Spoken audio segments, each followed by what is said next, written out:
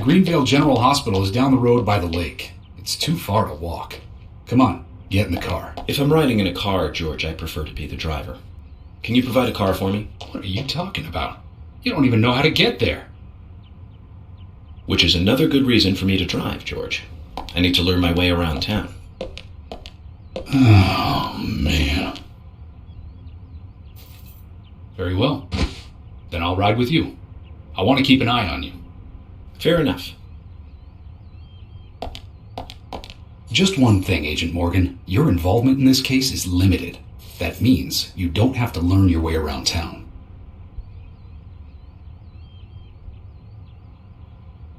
George, we better get moving. The hospital closes at 2100.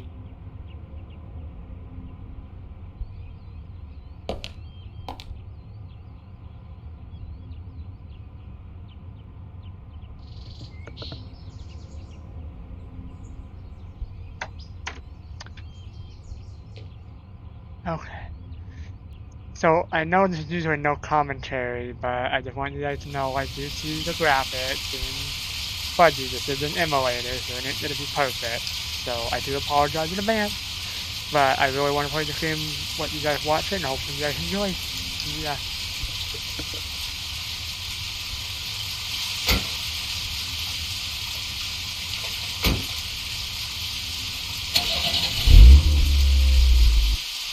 Agent Morgan, get us there quickly, but drive within the speed limit. Just because you have a badge doesn't mean you can drive like a maniac. George, what are you, his mother? We just need to get the autopsy results. Agent York isn't accustomed to the town yet. Give him a little slack.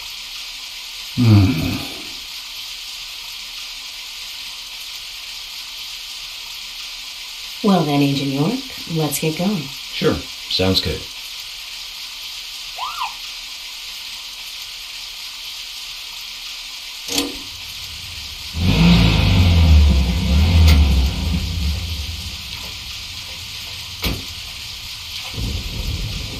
If you're wandering off, then we'll go on ahead. We don't have time to mess around. Okay, I'll meet up with you later. Agent York, the hospital closes at 2100. Please make it inside before then.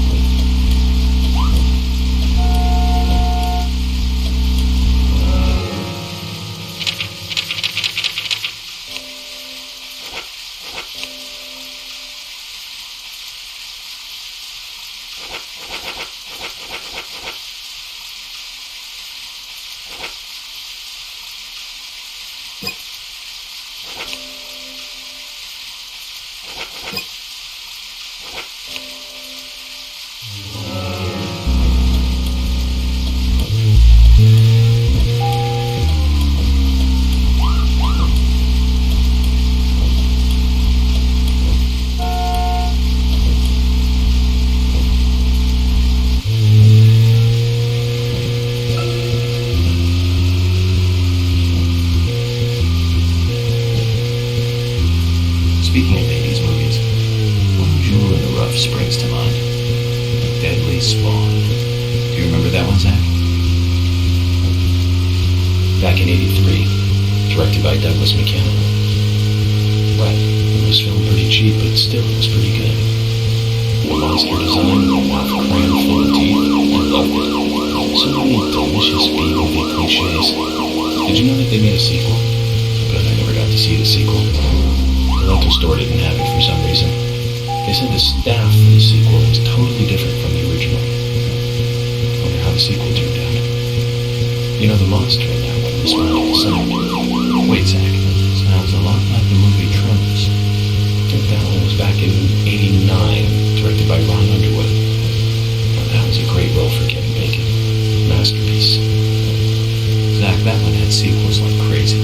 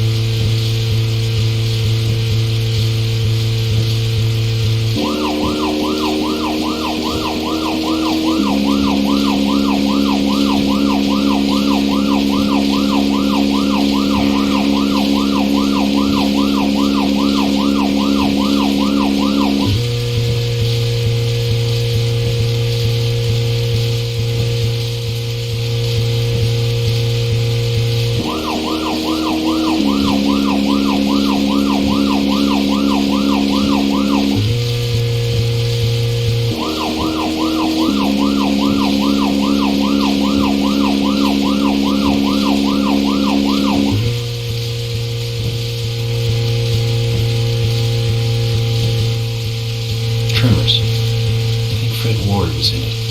You say Fred Ward, and I say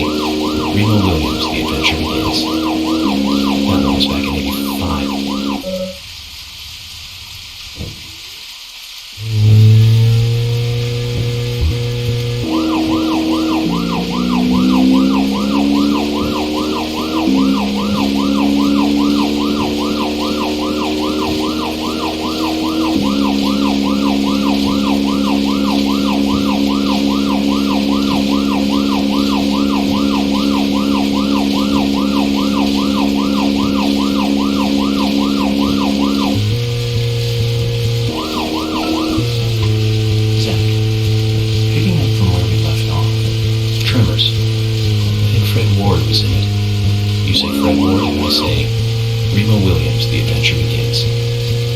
That one was back in 85.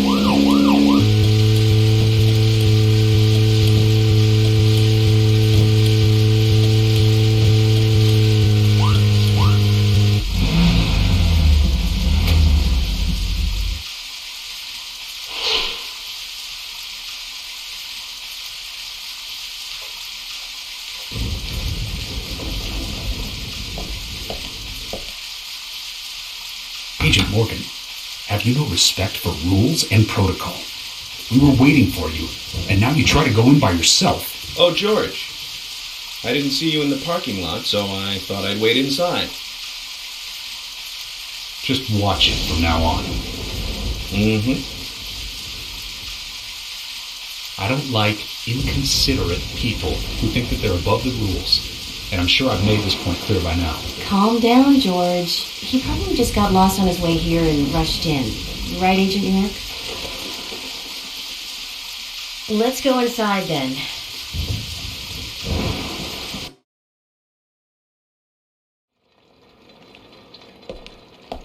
Hello, Sheriff.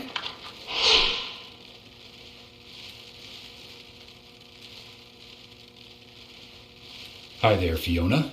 We're here to see Usha. Do you know where he is? I think Dr. Johnson is in the computer room. A computer room? In a hospital? Nice to meet you, Mr. FBI agent. The computer room is where our employees share a computer. Very nice to meet you, too. I'm FBI Special Agent Francis York Morgan. But how did you know I was FBI? Easy. None of the police in this town wear cologne. Besides, that scar on your face is the biggest rumor in town. Rumors get exaggerated as they spread, even in the countryside. What's that you're reading, if I may ask?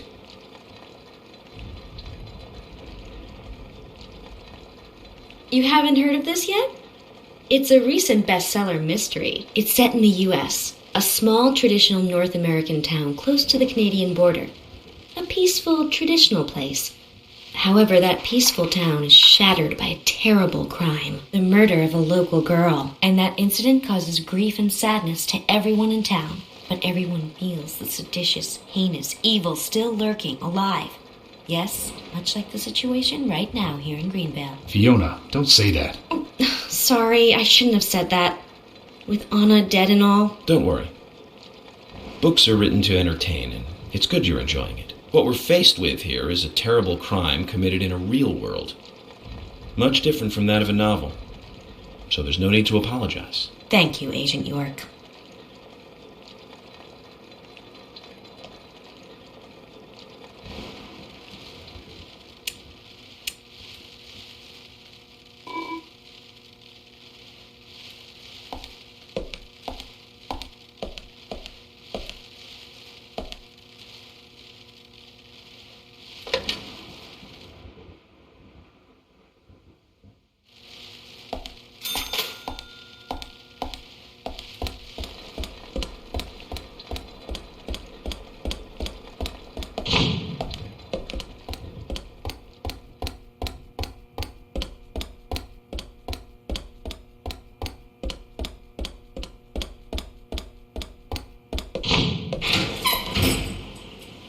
we couldn't find him. Fiona needs to check her information. No, I don't think so. Does the doctor like playing games by any chance? What do you mean? There's a message on the computer, and a card key already set in place. The king passes the rook and meets the bishop. The knight takes a pawn along for the queen. What does that all mean? It's a simple puzzle. Zach, let's take him up on his challenge. You can do this, right?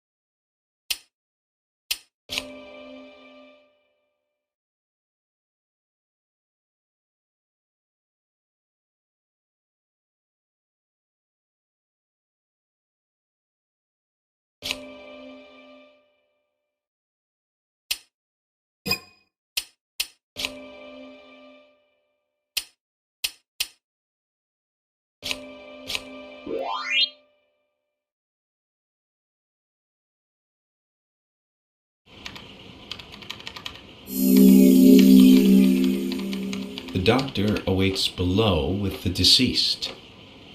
Another code? But there's nowhere to insert a password. More games. I'm going to get Fiona to call Usha up here right now. No need, George. The message appeared with the card key. It's telling us where to use it. This is not the time to be joking around, Agent Morgan. Dr. Usha is below with the deceased. With Anna. Below being underground, I take it. Simple. Simple. Then it's time to meet the mischievous architect of this little game. Nah.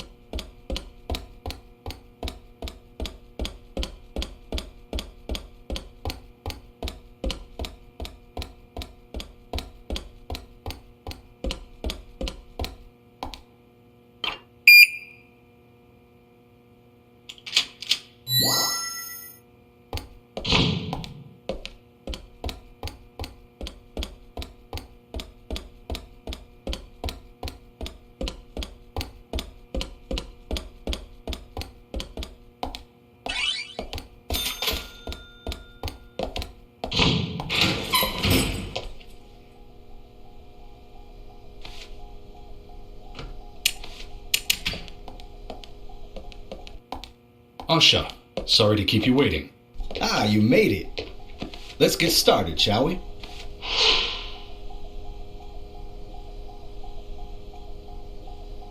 This is Agent Morgan from the FBI. Nice to meet you. I'm Usha Johnson, the doctor in this hospital. FBI Special Agent Francis York Morgan. Please call me York. Everyone calls me that. Very well, Agent York. Are you a forensic practitioner? Let's just say I've dealt with corpses before. That battle of wits, by the way. Did you create that yourself? Mm-hmm. I just wanted to see if our FBI agent could handle the task. I see. Well, it was pretty fun. Oh, I'm glad you liked it. We don't have much time. We need those autopsy results.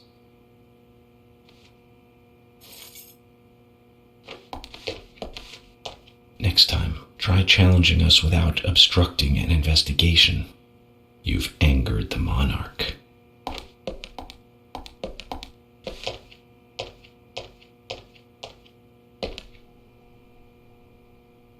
From the onset of rigor mortis, the stiffening of the muscles, the time of death is estimated to be between 20 and 2200 hours. That's still quite early for such a crime to take place. Note that there are 2 exterior wounds, pressure marks around the neck, and a long cut running from chest to abdomen. Blood marks on her right hand tell us she was gripping something round in her right hand.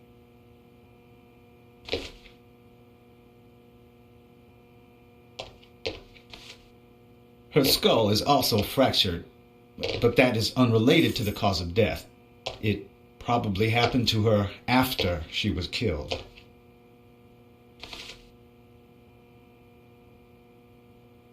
Now, I first thought death by suffocation, due to the marks on her neck. But after further investigation, I now have a different conclusion. The direct cause of death was loss of blood from the wound.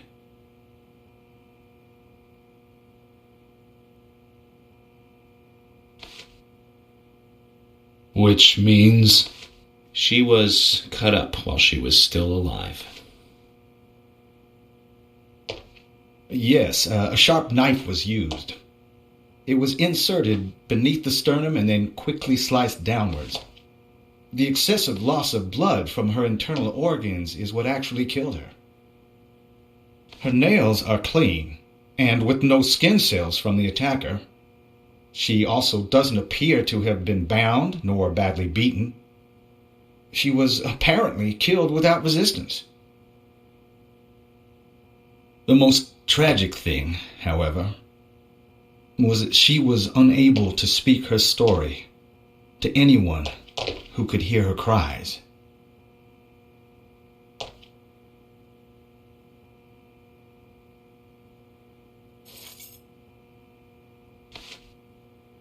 The perpetrator cut out Anna's tongue.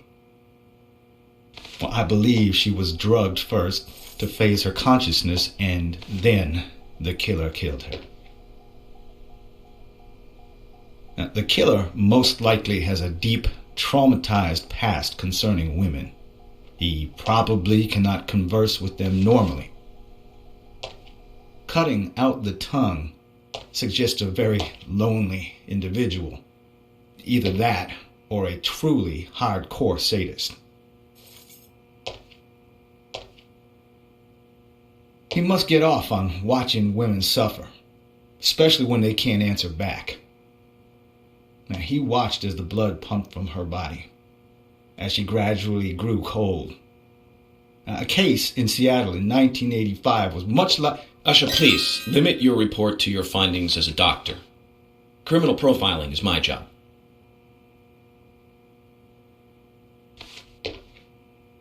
You're wrong, also. Anna died fully, deeply, painfully aware of what was happening to her.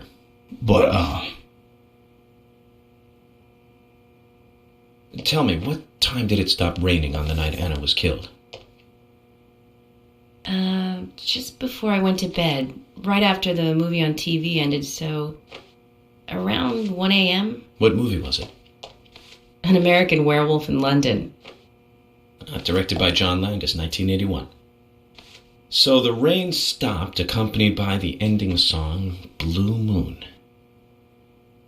George, would you mind if I examined Anna myself? What more do you hope to find? I'm sure I mentioned that I have a personal interest in cases like these.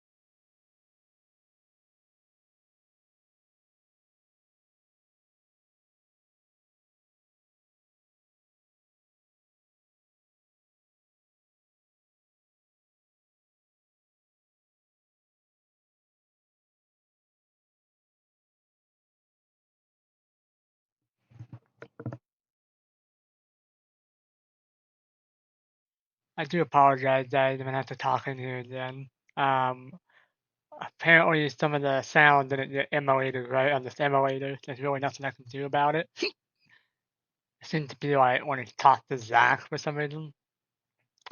It gets really quiet, but I do apologize if you guys see any moments like this. There's really nothing I can do. So I might end up scrapping this whole series. I don't know. We'll kind of see how the viewing go. Let me know what you guys think in the comment below. If I should continue or not.